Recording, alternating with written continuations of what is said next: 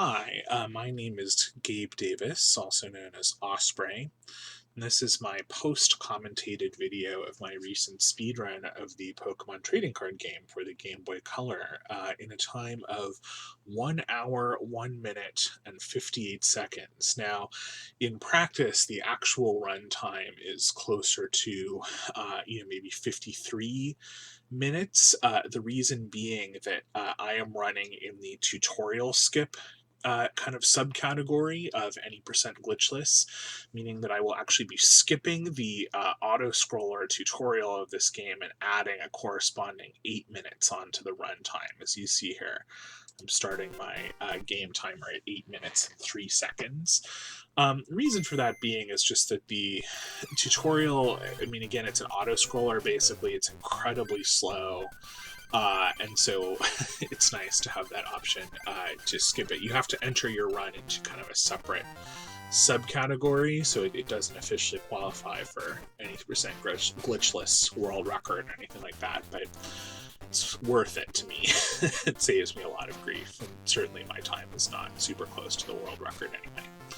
World record for this game, I think, is around 48 minutes now, so 101 isn't terrible, but not super great either.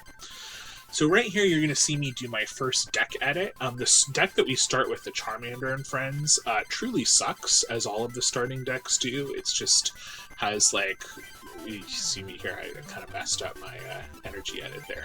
Deck edit still could be a little more consistent throughout the run. Charmander and Friends really sucks. It's just unfocused, has a lot of bad Pokemon, just like way too many evolutionary lines. So we strip it down, we take out all the lightning Pokemon, and come up with a fire and fighting deck focused on Charmander, Magmar, Diglett, and Machop. So right away here on this first fight with Heather, we're actually hoping maybe to draw fighting Pokemon because she has a lot of normal types, Ditto and Porygon. But here, actually, you'll see, so the Charmander is able to get through this Ditto fight pretty well, and then we have a Venonat comes in, and so Venonat actually is risky, because it can really mess up your Diglett with the grass weakness. But Charmander did okay here. I prepped Diglett on the bench unnecessarily, lost a little time there, but I was worried about Charmander dying. Your goal in the early game is to get through the grass and lightning clubs as fast as possible. And so this is kind of the major reset point of the run. If you don't get through these first two clubs, which require you to duel all of their sort of peon trainers before facing the masters, you would generally reset. So I'm, resetting anywhere between, 10 and 15 times before I get a favorable, grass and lightning club RNG, and I continue the run from there. So here you see we started out with Diglett, which is risky with Kristen because she has a lot of grass Pokemon, but because Diglett has free retreat, we can sort of use it to sponge damage while we prep Magmar. Magmar's a little slower to prep, so that ended up working out well. I would say that for a run that I keep, the Heather and Kristen fights were about average. They weren't excellent. Excellent would be starting Brittany around 10-15 or 10-20, but okay. Brittany is by far the hardest fight in the Grass Club. She can really, really troll you. She has a lot of Pokemon of different types. She can induce paralysis. Nidoran is terrible to see because Nidoran's attacks require flipping 3 coins, which is very slow. But I did draw a Charmeleon, so I'm actually able to 2-hit KO the Nidoran with Scratch and Flamethrower, which is very good. Very lucky to have drawn that Charmeleon right out of the gate. That saved me from probably a reset here against Brittany. So again, we're going to take out the Pikachu in 1 hit. Oddish comes in. She does draw the grass energy, so there's a risk here of paralysis, and we do get it, but we have the full heal, so we will be okay. Probably that energy attached, and certainly that Professor Oak was unnecessary. I think I was worried about the Charmeleon getting KO'd by, if Caterpie paralysis trolled me, potentially. she could have KO'd me. But without grass energy, I'm able to get through the fight. In general, throughout the run, the hardest fights are going to be the ones where paralysis trolling is a potential. So you'll see this here with Brittany in the Lightning Club coming up. There's a lot of really bad paralysis trolling that can happen. It can really, really waste a lot of time, and it can really sort of cause you to lose fights that should have been wins. So, you know, this is very much an RNG dependent game. There's RNG in your card draws, there's RNG in what cards you actually get in the booster packs, there's RNG in coin flips, paralysis, you know, all of those things. But so what we're doing throughout the run is we're working to sort of build a deck and build out strategies that minimize the amount that we end up having to leave to RNG. And then we're also working to kind of respond to RNG on the fly, right? So like this game is very much a game of like, okay, so there's Zapdos. So normally that would be a reset, but I do have the computer search here. So this was a very risky play actually to go for muscling through the Zapdos with the Dugtrio. Normally, Brandon has this one Zapdos card. Zapdos resists fighting moves. So unlike all of his other electric Pokemon, and so normally if you see Zapdos, you just instantly reset and start the fight over. But because I had that computer search and I was confident I could draw that Dugtrio, I thought, you know, I think I can muscle through this, and sure enough, this actually, for being a 4-prize fight, meaning that I beat him by beating 4 Pokemon instead of by having him run out of Pokemon, this was about as clean a 4-prize Brandon fight as you can get. You know, so no paralysis trolling from Magnemite or Electabuzz. Okay, right there, those 2 booster pack draws made this run. The first booster pack draw, I got a Scyther. Scyther is by far the most important luck-based card draw in the game. This, by the way, we're going to see a really, really quick Nicholas fight here with the plus power, just 2-hit KO that coughing. Scyther is necessary for the grass deck that we use about halfway through the game to take on the Rock Club and a couple Fighting Club peons. It is absolutely essential, and it is RNG to draw one. I normally don't have too much trouble getting one. The question is when you get one. So if you get a Scyther early, you can do the Rock Club early, which I think leads to a more favorable route through the game. It's a route I'm more comfortable with, and so I really like to see that. If you don't draw a Scyther until late game, either like you have to use the PC, you know, booster packs or whatever, that can actually be really, really detrimental to a run. So drawing that Scyther there was great luck. The second booster pack had as its rare card a computer search, which is the most valuable trainer card in the game. One of the things you're going to see in this run, I actually end up with 4 computer searches by the end of this run. It's a trainer card that allows you to draw any card from your deck arbitrarily. It is by far the best trainer card in the game. Yeah, so here I think I realized that I'm better off just prepping Diglett than winning with Charmander. So ending up with a lot of computer searches gives you, again, a lot of power to kind of overcome bad RNG by just being able to draw the cards you need whenever you need them. So getting those computer searches is going to be a huge asset to me through this run. So here we come up to Isaac. Isaac is the first club master, sort of the equivalent of gym leaders in this game, and I get maybe the most favorable Pokemon draw that I possibly can. I have Diglett as my starting basic, and then Dugtrio on the first turn. That's going to make this fight very straightforward. Okay, I'm lucky to get the fighting energy there. I'm looking for a full heal. I do see the computer search there, but I'm better off saving it because I'll be able to evolve to Dugtrio next turn, whether I get paralyzed or not.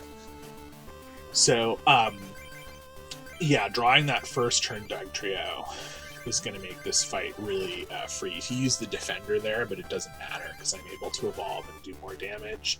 Even if Magnemite paralyzes me this turn, I have the computer search, don't end up needing it, but I could have used that to draw a full heal had I gotten paralyzed. So that is maybe the fastest I've ever seen Isaac go down. 2 Pokemon down in I think 4 turns is just insane good luck for Isaac. So, okay, that's the Lightning Club. Now we have to go back and defeat Nikki, who is the master of the Grass Club. On our way, though, we're actually going to fight one of the trainers from the Water Club. We're going to fight... it's Amanda. I always get Sarah and Amanda confused. So, again, she has a deck with a lot of normal types, a lot of colorless Pokemon, I should say, this being the trading card game, as well as Scyther, and so we're actually better off, even though it's funny because like we have this fire deck, so you think, why are we going to the water gym? You're actually better off fighting her with this deck than you are with the lightning deck that you bring to the water gym later on to take on the rest of the trainers. So we're gonna 2-hit KO this Poliwag. Poliwag is definitely her most threatening Pokemon because even though Scyther is more powerful, she generally can't get it charged up fast enough. Okay, so this fight actually went really badly. Normally Amanda is pretty, not free, but like definitely not one of the hard fights in the game. But here, okay, so I got put to sleep, no full heal. And I had already attached the energy, so I could not prep out Charmander this turn, so I kind of switched. Playing that switch there was actually kind of a misplay. And she has Aerodactyl sitting in the back there, which itself is actually very bad news. So, if she gets Aerodactyl prepped out with energy, because what I forgot was that Aerodactyl resists fighting types. I see Aerodactyl so rarely. In fact, I don't know if she's ever gotten Aerodactyl set up in a fight before. So I'm a little at a loss here. Like, you see me kind of flailing around for a strategy because I end up deciding to prep Charmander because I just don't know. Like, I've just entirely forgotten that Aerodactyl resisted fighting, and so Diglett would be able to do it. So here you see I get very, very lucky. She takes an extra turn. Like, she doesn't have energy the turn before this, so she's not able to wing attack twice. Had she been able to wing attack twice, that probably would have been a reset, and that probably would have been run over at this point. Despite all of the amazing luck I had in the early game, that one misplay there with the switch and the Aerodactyl could have cost me this run, but I got very, very lucky. I was rescued by her not being able to attach energy to Aerodactyl on that turn. So now we fight Nikki. Nikki is usually fairly free as long as you get a fire-type starter, either Charmander or Magmar, which we did here, so I'm not too worried about this fight from here on out. The one thing that can happen is you can get Paralysis Trolled, once again, by Oddish, or then Gloom can poison you, which can be devastating, but I have the Charmeleon here, so I'm not too worried about that, because evolving will cure the status. And then from here, Charmeleon can one-hit kill anything that Nikki has, up to and including Venusaur, her most powerful Pokemon. So from here, this fight is just fully free. I think Execute, yeah, so Execute will just go down in one hit, and that's the second Club Master, Grass Club Master Nikki, in the bag. You see on my timer, I'm about 2.5 minutes up from my previous PB. That's pretty good. I'm not gonna lie, like, that's a great time to be finishing Nikki with. But, of course, in this game, you know, your fortunes can just change so quickly. You know, like, all it takes is one bad fight or to really ruin a run that's going well. So here we fight Ronald, our rival. We lose to him intentionally, because generally that's faster than trying to win. This, unfortunately, here that I've gotten myself into is one of the slower Ronald fights, because I'm going to have to wait for his Seal to take me out, doing 10 damage per turn, but he'll get there eventually.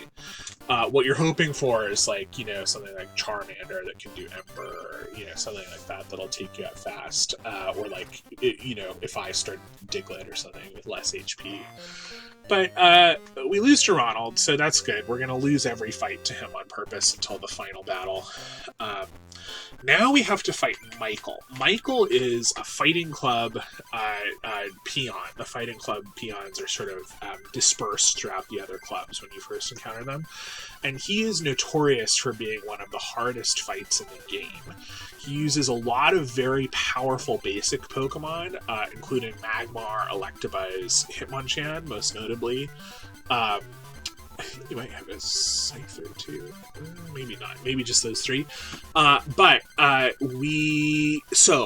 We, however, have the Scyther deck. So that's going to make this fight a lot easier because Hitmonchan, who is by far his most dangerous Pokemon, is neutralized by Scyther. So, okay, you see my draw here. I go first, I have Grass, I have double Colorless. I'm thinking this fight is over. Michael is in the bag. The only Pokemon Michael has that can threaten Scyther is Magmar. But I'm not too worried about Magmar generally because it takes 2 turns to set up. It takes 2 fire energy to attack, which in a mixed energy tech generally isn't like super duper cause for concern. I missed that I had the plus power there, so I used the plus power to take out Hitmonchan in one hit. Hitmonchan is no threat at all. You know, Hitmonlee is fine. I'm just going to Sword Stance and take it out. Okay. There goes Hitmonlee. And now, what you see there, he has put Magmar on the bench. What I was on autopilot here. I should have realized that Magmar could one-hit KO me with Fire Punch. I had a potion in my hand. If I had used that potion there, I would have won that battle. So that was a total misplay on my part. I totally whiffed that fight with Michael. I was set up for success, and I messed it up. So had I nailed that Michael fight on the first try, this probably would be a sub 1 hour run, which would have been incredible. But I messed that up. Okay, so here now, with the double color, so you see here, he can't even attach fire energy. So, like, it's uncommon for Michael to actually be able to set up Magmar, but I just really messed it up there. And then a Kangaskhan. Kangaskhan is terrible to see because he's just very slow. He takes Sword Stance Slash plus a regular Slash to kill, which is a lot. And he can help. Yeah, okay, so the defender, so this just gets very annoying. So I think I just Sword Stance again here. Yeah, it's the right move for sure. But now he's really, like, loaded at his bench. So this could be a rough fight. Like, I could get paralysis trolled by Electabuzz. All kinds of bad things can happen now. He has another Kangaskhan. So, again, this is just really, really... all of this time is wasted time because I misplayed on that Magmar. I got cocky. I was sort of in cleanup mode. I was thinking the fight was over. And just whiffed it there. But, you know, we are now hopefully going to get through the fight. Electabuzz has the potential to be annoying. It's actually... so, this is good. So, what actually happens here... so, he does 10 damage to himself with Thunder Punch. Okay, so that was... I probably should have potioned there. But I guess I had the other Scyther in the bag. I don't know why I didn't potion there. That would have been probably a faster way to move through this fight. Regardless, I have the second Scyther in the back in the DCE, so I'm going to win this fight on this turn, you know, regardless of what happened.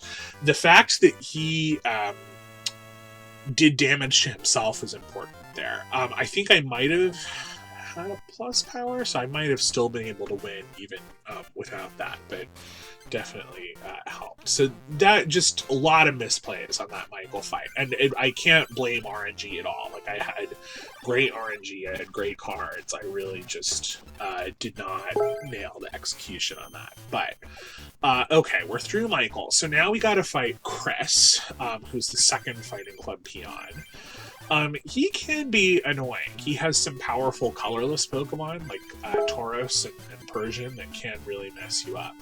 I'm fishing for the double colorless energy here. Don't get it, so that's fine. I'm just going to go for Sword Stance again. In general, with Scyther, we prefer to Sword Stance and then Slash, rather than do 2 slashes, because it prevents them from healing off the damage, like if they have a potion or something like that. So I've seen Tauros in the back. I'm a little nervous about Tauros. Hitmonchan can't do much damage to me because I resist it, but Tauros certainly can. I don't resist, you know, the colorless. So, you know, if he gets 2 energy on Tauros, I'm nervous. So I'm going to go ahead and use the energy removal there to prevent that from happening. And then from here, the rest of this fight should be pretty free. One thing I'll just mention about the Scyther deck. So like I said, it's phenomenal that I got not 1, but 2 Scythers as early in the game as I did. The deck that we use here, Scyther is the only Pokemon in this deck. So it's Scyther, you know, about 35 trainers, 30 to 35 trainers, and then the rest is just all energy. Grass, fighting, and double colorless. We will do that a lot. We will set up decks that have very few Pokemon because it's one way that we can, again, manage that RNG and make sure that we're drawing the exact right Pokemon that we need for any given fight. Like, if Scyther's the only Pokemon in my deck, I will get a Scyther, like, hard stop. It's riskier, right? Because, of course, like, with that Magmar fight, if the Scyther dies, that's it. Like, you've lost the battle. Although I was lucky to get 2, so I do have some kind of insurance there. But, so that was Gene, the 3rd Clubmaster. That was an insanely good fight. So Gene is pretty free in the sense that, like, he can't really kill you, but he can definitely troll you with Rhydon, can use Leer to prevent you from attacking. So you're never in any danger, but he can stall you out for a long time. 2 prize fight on Gene is fantastic. Anyway, so the Scyther deck, okay, so here I mess up. I forget. I forgot that I had the Scyther deck, basically, and my movement here is all wacky because I was discombobulated. But if we have the Scyther deck when we go to the Fire Club, we do one last fight first, which is the 3rd Fighting Club peon, Jessica, before we go and change decks. So I just was not sort of ready for that. Rattata definitely is making me nervous, even though he doesn't have much HP. Rattata can do a lot of damage very quickly, and Raticate is even worse, because now Raticate has more HP, and I will have to, Swords Dance or Slash twice or something like that. I don't have Grass Energy either, so I can't Swords Dance. So if, she puts down any other Pokemon here, or like heals Raticate or anything like that, I'm probably screwed. Defender is terrible news. But I do have the plus power, and so I think that was a reset. I'd forgotten that reset on Jessica there. Raticate would have killed me on the next turn because I couldn't have one-hit killed it in that turn. So I have to restart that fight. That was a very bad luck for me. Again, that was more RNG than my fault. Like, there were a lot of things that could have gone right there. Like, if I had drawn the Energy Search 1 turn earlier, or if I had had Grass Energy at any point, I would have won that fight. But, okay, so here I'm going to draw DCE. I think that was a Computer Search. So, the second fight goes super smooth, so it didn't end up being a huge deal. The other 2 cards that I'm looking for in booster packs, besides Computer Search, which I mentioned, are Dugtrios and Kadabras. Sorry, excuse me, Dugtrios and Dugongs. I said Kadabra because that was on the screen. There's another Computer Search. I think that's my 3rd Computer Search, 3rd or 4th. Dugtrio and Dugong are going to be the 2 workhorse Pokemon for when we fight this game's equivalent of the Elite Four, the Grandmasters. And so we really want to make sure we have a good stock of those.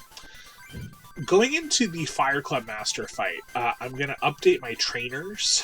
Okay, so I do have now 4 Computer Searches by the 4th Club Master, which is insane. I mean, that just, the booster pack luck there was incredible. You might think it's odd, like, why am I not fighting the Fire Club Master with water Pokemon? The funny thing is, the Fighting Club Master does not use a ton of fire Pokemon. He uses mostly colorless Pokemon, and then, like, Growlithe and Arcanine, basically. Might have, like, a Magmar, too, or something. So we actually prefer fighting Pokemon for this fight, because they do double damage to the colorless Pokemon, and because Dugtrio is just such an amazing Pokemon generally. So we're going to use Diglett and Dugtrio here as the only Pokemon in this deck. Magmar, starting with Magmar is a little dangerous because Magmar can one-hit KO the Diglett, so that plus power there definitely saved us from having to reset. And now he goes into Growlithe, which is his other fire Pokemon. I'm going to put the second Diglett on the bench just as insurance here, so I will not instantly lose if this Diglett goes down, which at this point actually seems kind of likely. There's the computer search. So with the computer search, I can draw Dugtrio.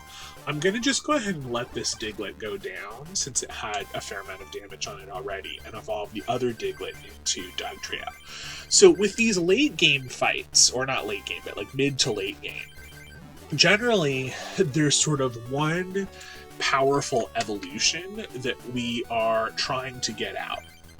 And we want to do that as early as possible. So like Dugtrio in this case, when we fight Amy, it'll be Raichu.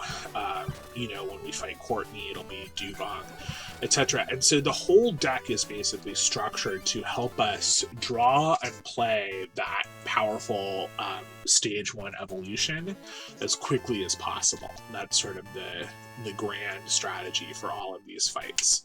So once that evolution is out, generally the fights are pretty free, although less so the further along you get in the game.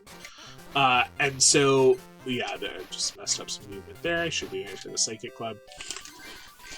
So what you're sort of looking for, hoping for, like the challenge of the fight basically is, can you get out a powerful Stage 1 evolution fast enough? Murray also uses a lot of colorless Pokemon. A lot is like Chansey, Snorlax, Kangaskhan. So again, we use primarily Diglett and Dugtrio, but we supplement that with Rattatas. So Rattata, again, even though it has very small amount of HP, can do a lot of damage. It retreats for free, so we can just switch back and forth between Diglett and Rattata at will. Rattatas resist psychic damage. So Murray's primary psychic Pokemon are his Abra, Kadabra, Alakazam line, and then Mr. Mime. Mr. Mime is actually who we're really worried about, because Mr. Mime has a Pokemon power that prevents him from taking more than 20 damage in a turn. So he now is going to send Mr. Mime out and KO this Diglett. Rattata is a hard counter to Mr. Mime. Without Rattata, we would really struggle in this fight, because Rattata can 2-hit KO with Bite and also takes no damage from Mr. Mime's attacks because of resistance. So we really need both, ideally, in this fight. You want to have both a Diglett and a Rattata on your bench at all times, and you just sort of switch back and forth between what you need. Evolving to Dugtrio can be actually a little dangerous on this fight, because you lose the ability to hit Mr. Mime at all, basically. But I'm going to do it here to one-hit KO the Kadabra, and that'll end the fight. I believe that's his last, is this Kadabra. Overshoot the Dugtrio there. Again, you see these computer searches just coming in so powerfully here. Like every single, like the last couple fights, I've all just been like leaning really hard on those 4 computer searches, and that's what's really, really smoothing a lot of these mid to late game battles, is that early draw luck in getting those 4 computer searches. Okay. So, Psychic Club done. We have here our second Ronald fight. Again, we're going to lose on purpose. You can get a little trolled here. For example, you lead with Diglett and he leads with like Electabuzz or something. Kangaskhan is not great because Kangaskhan takes 4 energy to attack. So I'm feeling a little nervous here, but what now I'm going to do, I'm actually going to, I think, yes, I computer search. I use that to get Gust of Wind, and then I put in Hitmonchan. So Hitmonchan can do damage much faster. So I'm here using my trainer cards to help Ronald win as quickly as possible, because he struggles to manage that on his own, apparently. Alright, so there's Ronald down. Next, we're going to be going to the Water Club. So this is the point in the game when I would do the Rock Club if I didn't get an early Scyther. We're going to stop off and get this Mewtwo card here briefly. That'll be important for later. Because I got the early Scyther, that means I can do the Rock Club early, and then I can put off the Water Club until now. Which, again, to me, this way you have fewer deck edits. It just, to me, is like a more sensible route. I search here for an Electabuzz. If I have an Electabuzz, I'll put it in my deck, but I don't, and that's fine. Usually just Pikachu and Raichu are enough. These fights are mostly pretty free. Again, there is a potential for some paralysis trolling, like you have Squirtle who can paralyze, Joshua has a Shelter that can troll you, and Pikachu is frail, so Pikachu can go down if you aren't careful, but he also has a really high damage output, so usually these fights go pretty well. Sarah, so Poliwag is actually not weak to lightning. It's actually one of the few grass Pokemon that is weak to... yeah, I needed the second energy there. One of the few grass Pokemon that's weak to... water Pokemon that's weak to grass rather than to lightning. So, but that's fine. We can still 2-hit KO it. Dratini also can be 2-hit KO here. You see my Pikachu is taking a lot of damage because it has low HP and it also has the potential to do damage to itself on its attacks. But, you know, I have the backup Pikachu on the bench, so I'm not too worried about it. And the Sarah duel is only a 2-prize duel for whatever reason. Most of the Peon duels are 4 prizes. I don't know why hers is only 2. But definitely makes it a lot easier. Like, my Pikachu was in real danger if that fight had carried on longer. Joshua always trolls me with the text. I can never, time his text box mashing exactly right, because he just talks and talks and talks. Okay, so I'm worried here, because Lapras is a very dangerous start. Lapras can do a lot of damage, and can confuse you with Confuse Ray. I went second, and I have just a Pikachu, and he energy removal me. So this right here is a reset. Like, at that point, I'm like, this is not gonna go well. I don't have an evolution. I don't have any way of drawing an evolution in my opening hand, so I'm just gonna start over. And you haven't seen me do that too much this run, which is a sign in some ways. Well, I should have done it really on that Michael run, but is a sign of like how well this run is going, right? So normally you would expect that I would be doing that a lot more, like just in response to bad opening hands. I would just be resetting a lot more, but I've had really good luck with opening hands. One thing I will say, so I am messing up a little bit in terms of like, I could be doing better like time min-maxing with like, for example, going for Bite on Seal or for Gnaw on Seal was a time loss because I was going to be able to do 60 damage on the next turn, and doing the 20 damage there didn't help me basically. So okay, so there, yeah, Lapras knocks out my Pikachu in one hit, but I have the backup, and then I also have the Raichu now. So from here, this fight is pretty free. When you watch more, I don't know, high-level people running this game, you will see that they... so he confuses me here, but I'm safe because I have the Raichu, so I can just evolve to heal Confusion. I also have the full heal. They'll skip, like, doing the Bite attack there when they know they'd be able to do 30 with the Thunder Jolt next turn. You can call that a misplay. I mean, I have been in situations before where, like, I've not gone for the Bite, and then, I don't know, they used a Defender on the next turn or something. I mean, there are edge cases where it can be valuable to have the prior damage on it, but, I don't know, it's probably on average a net time loss. So, again, starting with Lapras makes me very nervous on Amy. Amy, I usually find is easier than Joshua. She usually goes down a little more consistently. I'm not sure why that is completely. But I do have Raichu, so as long as Lapras doesn't kill me, or so I take down the Lapras, so as long as I don't die in one hit, like, she pulls out a plus power or something like that, I should be fine. So here I get the Raichu out, and then that's going to make the rest of this fight pretty free. As always, once we get that stage 1 evolution, we're in good shape. You do see that I've definitely lost some time off my pace. So I lost a lot of time between Jean and Ken. I think a lot of that is probably attributable to misplaying on Jessica more than issues with the Ken fight itself. Got some of that time back with Murray, but now I'm losing it again. You know, not that there have been any like big misplays, but this has been a slower than average water club. Like, I'm just having to muscle through more Pokemon. You know, I had to do the one reset with Lapras. So, it was not a great water club. You know, not a terrible one, but definitely below average. And you can see I've lost a little time off my pace there.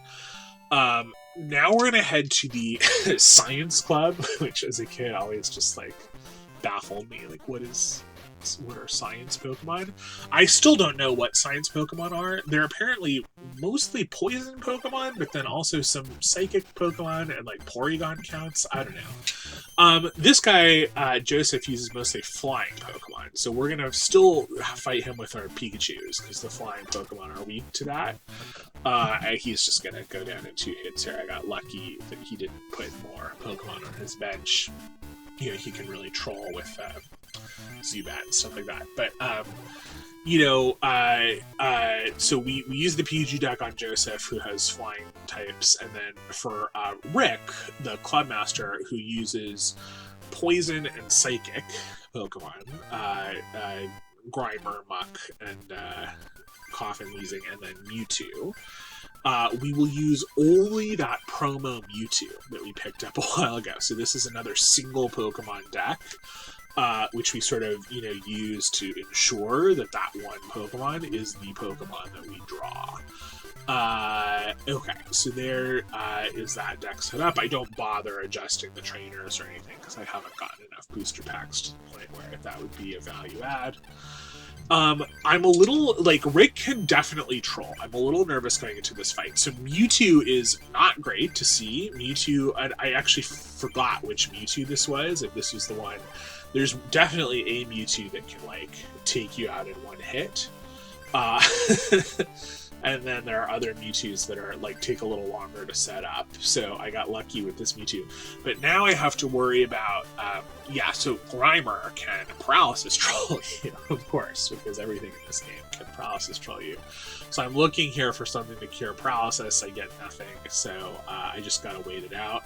Coughing makes me very nervous. Coughing takes 2 turns to set up, but then has an attack that will either poison or confuse you, both of which are devastating if you can't heal.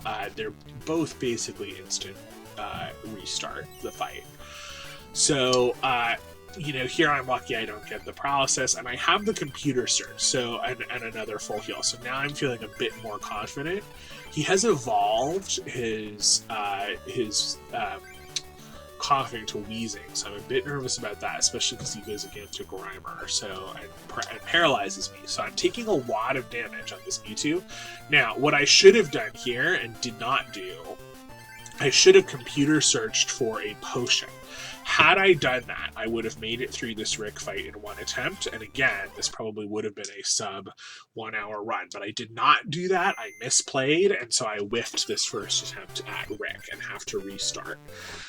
Wheezing caught me, I don't know, it shouldn't have caught me off guard. I knew Wheezing was in the back there because I used that energy removal, but I think again, was on autopilot and like not really paying that much attention to how much prior damage Mewtwo had already taken.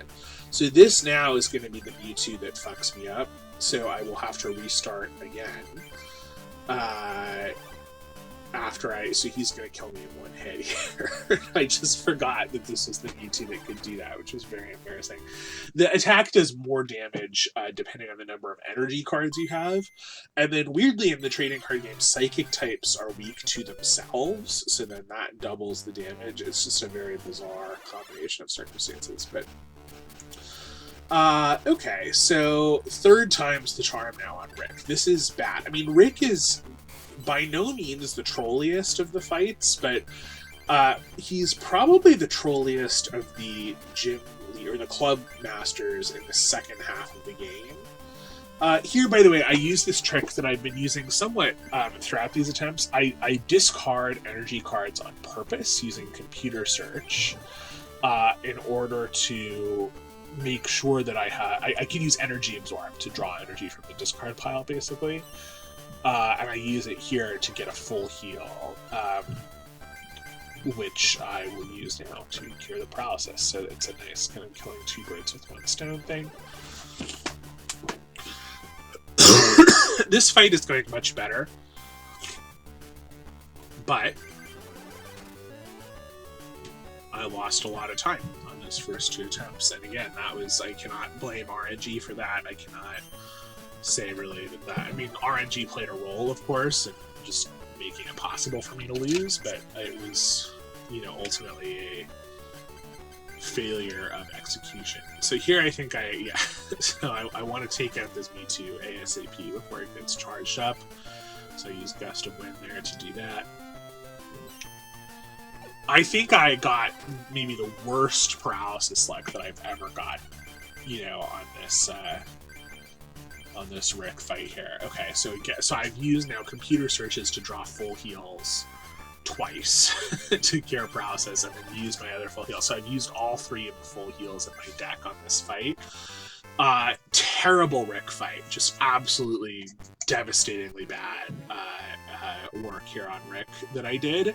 But somehow, because I had such an incredible early game, I am still on pace. This run is not over, despite some just astonishing misplays there. So now I'm going to head to the Fighting Club.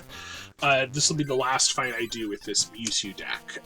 He can also be a troll. The fighting types here are weak to Mewtwo, but Mewtwo does not resist them. So Machop can do 20 damage per turn. I also have drawn no psychic energy. So I use the... and then I use Professor Oak to discard energy, so I can do energy absorption, but I'm definitely could be in trouble here if he, I don't know, gets a Hitmonchan set up or something. They can do a lot of damage, but I'm lucky on this fight. I get good luck here where he is not able to put any more Pokemon down on his bench. So get a nice 3-turn fight there against Mitch. Very, very good RNG. Helps me recover about a minute off my pace from Rick. Again, that fight, the Mitch fight generally is either goes really, really well, like less than a minute well, or really terribly. There's no in between. I'm going to check this last email for just trainers, although my trainers are already very good, so I probably could have skipped that, saved 10 seconds.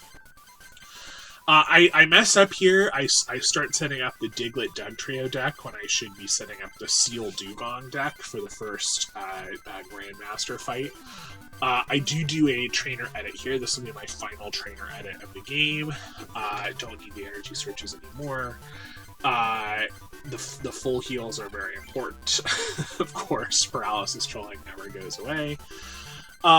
And from this point forward, I'm going to be using two different decks, kind of switching back and forth between them, the Dugong deck and the Dugtrio deck. So I will use the Dugong deck for the first fight against Courtney, and the Dugtrio deck for the second fight against Steve.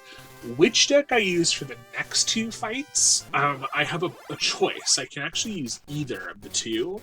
The Dugtrio deck is a little riskier because Diglett is more vulnerable when you're setting him up, but it has the potential to be faster because Dugtrio is more powerful than Dugong, and also all of the colorless Pokemon take double damage from Dugtrio.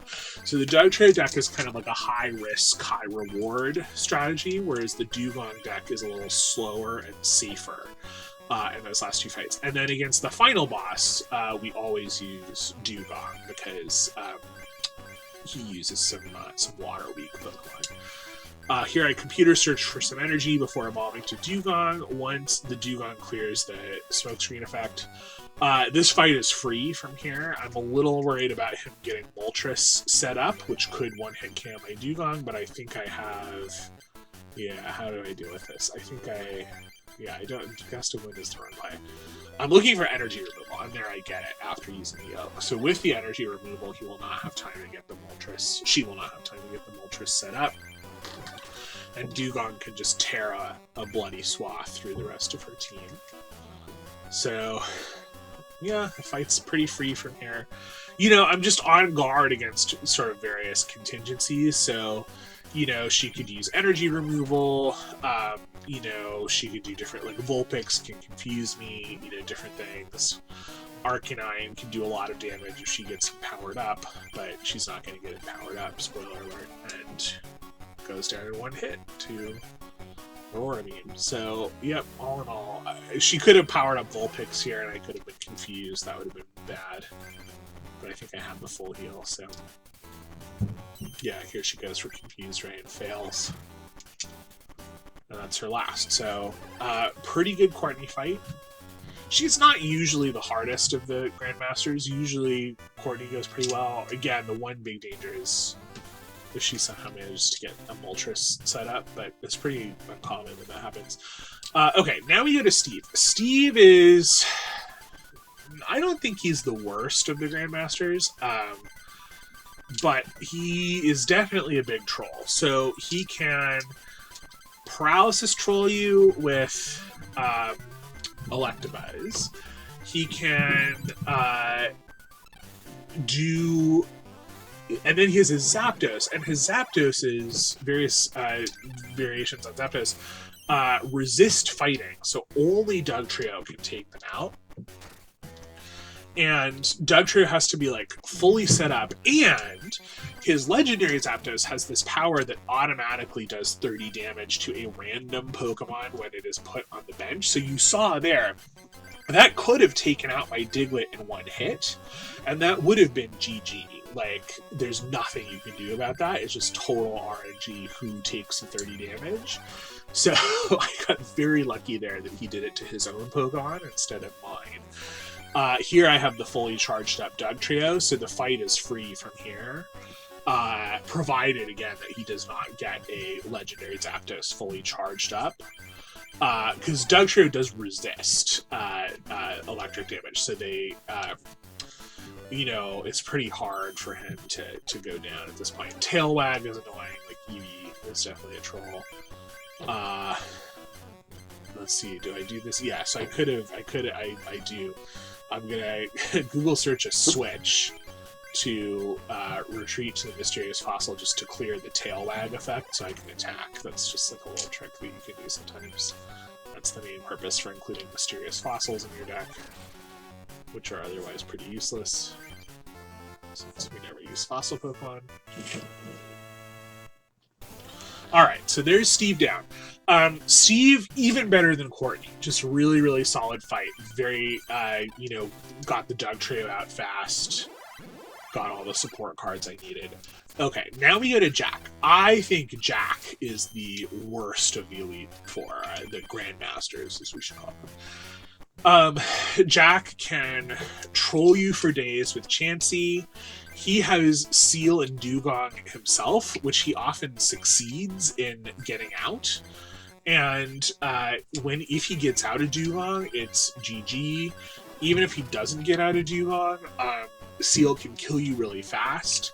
He has Scoop Up, which can kill you, or which can invalidate like all the damage that you do. So I just did all this damage to Chansey. He could have, if he'd chosen to, like scooped that up and just, you know, taken Chansey back into his hand and cleared all that damage off of her. It's just so much troll stuff that Jack can do. You know, again, if like I hadn't been able to evolve to Dugtrio there, he could have used a plus power. He has Lapras as well. Lapras can confuse and do a lot of damage with Water Gun. And then Articuno, of course, resists Dugtrio. So lots that can go wrong here, but now that I have a fully charged Dugtrio with Earthquake, he's not going to have time to charge up his Articunos. So we, from this point, are pretty safe. I'm attaching extra energy here in case they use energy removal to troll, which they can do sometimes. It can just be like so frustrating, or sometimes even make the difference between winning or losing if you have to wait an extra turn. Dugtrio has taken a lot of damage here, but I'm nearing the end of the fight, so I feel pretty safe. You know, like I could computer search for a potion or something, but that's slow, and I'm not too worried about taking more damage on the last two prizes. Okay, so that was maybe the best Jack fight I've ever had. He just, like, none of the bad stuff that can go wrong in that fight actually did. And I used the Dugtrio deck, which definitely made it a lot faster. It's a slower fight with the Dugong deck for sure. So I kind of took a risk there using Diglett and got really, really lucky. Now we fight Rod. Rod is normally not too bad. He uses, like, his whole thing is that he uses stage 2 evolutions. So, like, he uses Charizard and Dragonite and stuff like that. But he often can't get them out. So, usually it's a pretty free fight. Certainly relative to Steve and Rod. Or, sorry, Steve and Jack.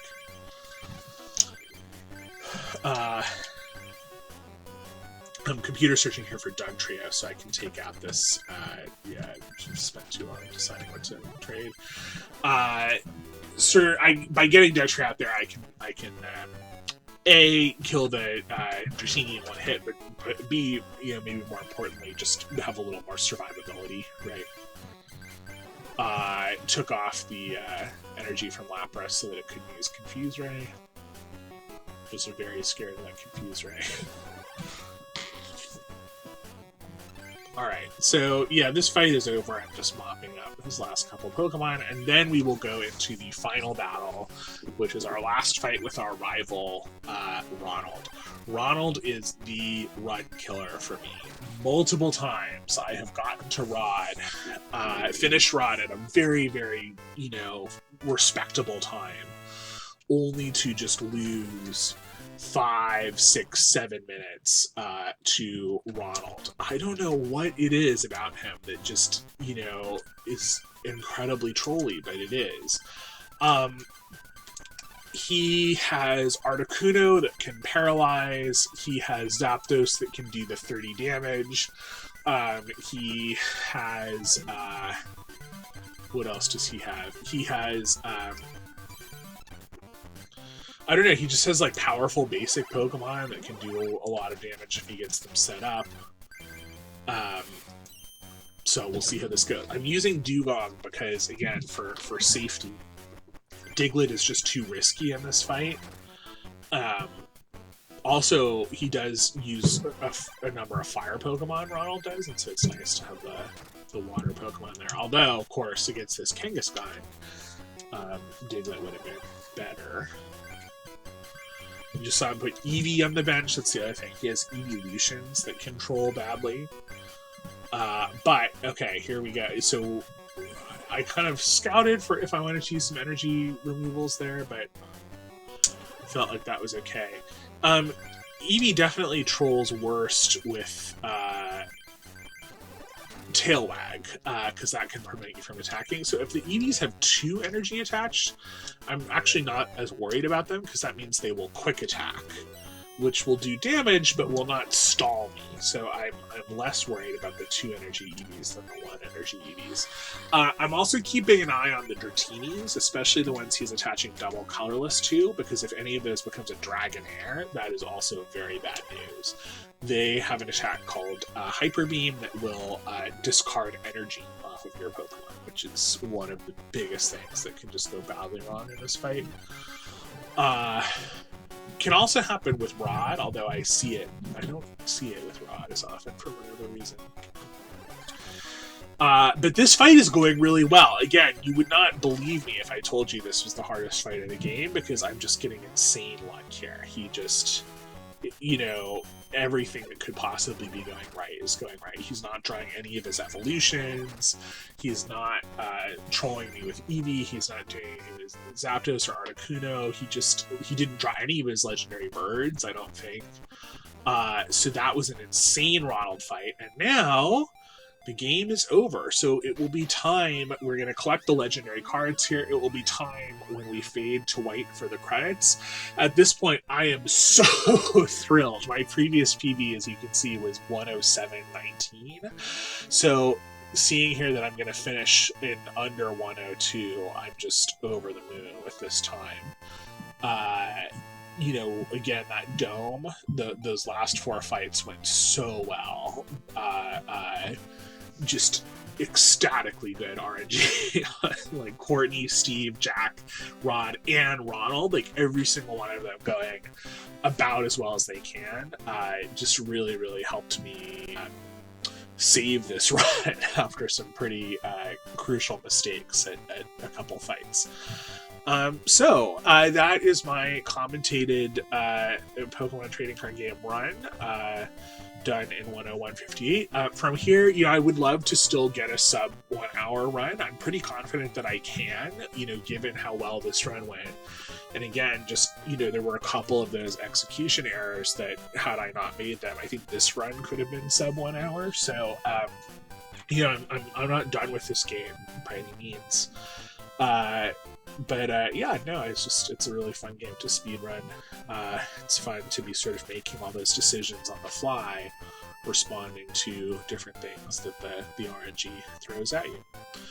All right, that's gonna be all.